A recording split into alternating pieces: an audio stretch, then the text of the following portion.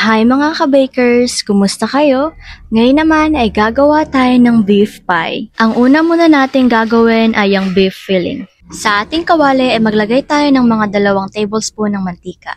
At kapag uminit na ay ilalagay na natin ang ating bawang na 3 piraso na hinati-hati natin sa maliliit na hiwa. Katapos naman ito ay ilalagay agad natin ang ating onion na isang malaking buo nga pala ito. Haluin muna natin ito ng haluin. Pagkatapos naman ito ay ilalagay na natin ang ating 3 pirasong dahon ng laurel. Haluin muna natin ito ng kaunti at pagkatapos naman ay ilalagay na natin ang ating baka na giniling syempre. At syempre atin na itong hahaluin ng hahaluin para naman hindi dumikit ang ating baka. Yan, haluin lang po natin siya ng haluin at pag po tayo mag-alala sa mantika, basta po haluin lang po natin siya, hindi po siya didikit mga ka-bakers. Mag-ingat lamang po tayo dahil high po ang ginamit namin na apoy dito. Kaya po, huwag po nating kalimutang gumamit ng makapal-kapal na pot holder. Kapag po ang ating beef ay nagkaroon na po siya ng tubig o nagkatas-katas na po siya, ay maglalagay na po tayo ng ating paminta, magic syrup or MSG na 1/2 teaspoon. Haluin lang po muna natin para po hindi dumikit ang ating beef. At pagkatapos naman na ilalagay na natin ang oyster sauce na 30 grams. Haluin muna natin ito ng haluin para magsama-sama na ang ating ingredients at ang ating oyster sauce. Pagkatapos nating haluin at nagkaroon na naman siya ng kanyang katas or tubig, ilalagay na natin ang ating asukal na 2 tablespoon.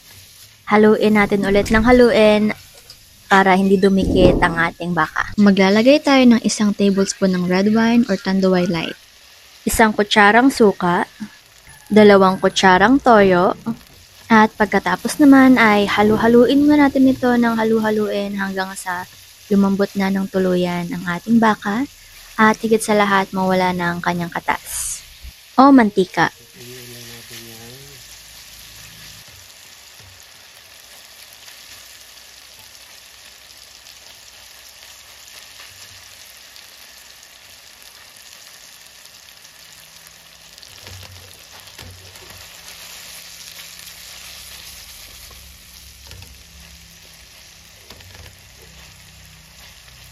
At syempre, ilalagay na po natin ang ating gulay. Ang gulay nga po pala natin dito is 250 grams.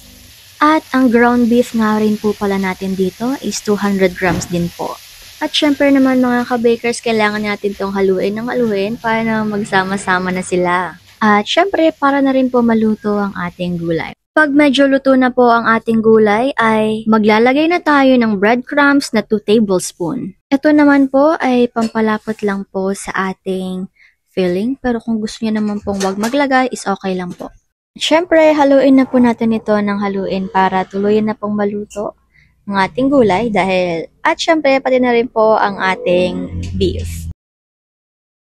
At dahil malapit na po itong maluto ay atin na po siyang iset aside pagkatapos dahil gagawin na po natin ang ating pie crust. Maglalagay tayo ng 500 grams ng all-purpose flour, powdered sugar 50 grams pero salain natin to dahil di maiwasan na meron itong mga buo-buo. Butter to 50 grams. Haluin natin ito at pagsama-samahin ng mga ingredients o mga sangkap. At kapag ganito na ang kanyang itsura, ay pwede na tayong maglagay ng 1 pirasong itlog. Fresh milk 75 grams. Pagkatapos naman ito ay paghalu-haluin na ulit natin sila. Okay mga ka-bakers, malapit na nating makuha ang consistency o texture na gusto natin. At syempre, ito na nga ang ating pie dough mga ka-bakers. Yan. Congratulations po sa mga nakasunod. At syempre mga ka-bakers, kailangan muna natin itong i-rest for 30 minutes. Ibalot lang po natin siya sa plastic. And after 30 minutes mga ka-bakers, ito na po siya. Yan, kunin na po natin siya sa pagkakabalot niya. At syempre, atin na po siyang hiwain. Yan. Atin na po itong ihulma ng pahaba mga ka-bakers. At syempre, pabilog na din po. At pagkatapos naman nun ay gugupitin na natin siya or hahati-hatiin na natin siya. Yung timbang nga po pala nito ay 60 to 70 grams po isa. Pero nakadepende na rin po sa inyo kung gaano po kadami or kalaki yung gagawin nyo. Pagkatapos naman po nating hatiin ay kukuha na po tayo ng roller at atin na po siyang palaparin. At syempre kukuha po tayo ng konting harina para ilagay po sa ating dough. At maglalagay na po tayo ngayon ng ating palaman. 1 tablespoon nga po palang nilalagay namin dito at maglalagay din po kami ng cheese pagkatapos. Pero nasa sa inyo na rin naman po yun kung gaano po kadami. At syempre, kuha po tayo ng ating pang-shape. O pwede na rin naman po yung kahit na anong lalagyan po, basta po siya po ay bilog. Didiinan na po natin ang mga gilid nito at pagkatapos naman ay kukuha tayo ng tinidor para po lagyan siya ng design. Tutusukin lang din po natin ng very light ang taas po ng ating pie para naman po may design siya tsaka po para may singawan na din. Gawin lang po natin to hanggang sa maubos na po ang ating dough. At eto na po siya mga ka-bakers nung tapos na. Kumuha na po kami ng plancha dito at isinalansa na po namin siya. Pagkatapos naman ito ay magbibiyak na po tayo ng itlog at ating halu-haluin at lalagyan na po natin siya ng egg wash. Yan. Lagyan lang po natin siya para naman po hindi maputla ang ating beef pie. At syempre naman mga ka-bakers, pwede na po natin tong ilagay sa ating oven. Ang oven temperature nga po pala natin is 240 sa taas, 240 din po sa baba at ang baking time naman po natin is 15 minutes. At eto na po siya mga ka-bakers. Ayan, eto na po ang ating beef pie na sobrang sarap at sobrang init. Nako mga ka-bakers, sigurado talaga ako na magugustuhan nyo to dahil sobrang sarap talaga nito. Yung bang tipong ang crunchy nung labas tapos pag sa loob na parang boom!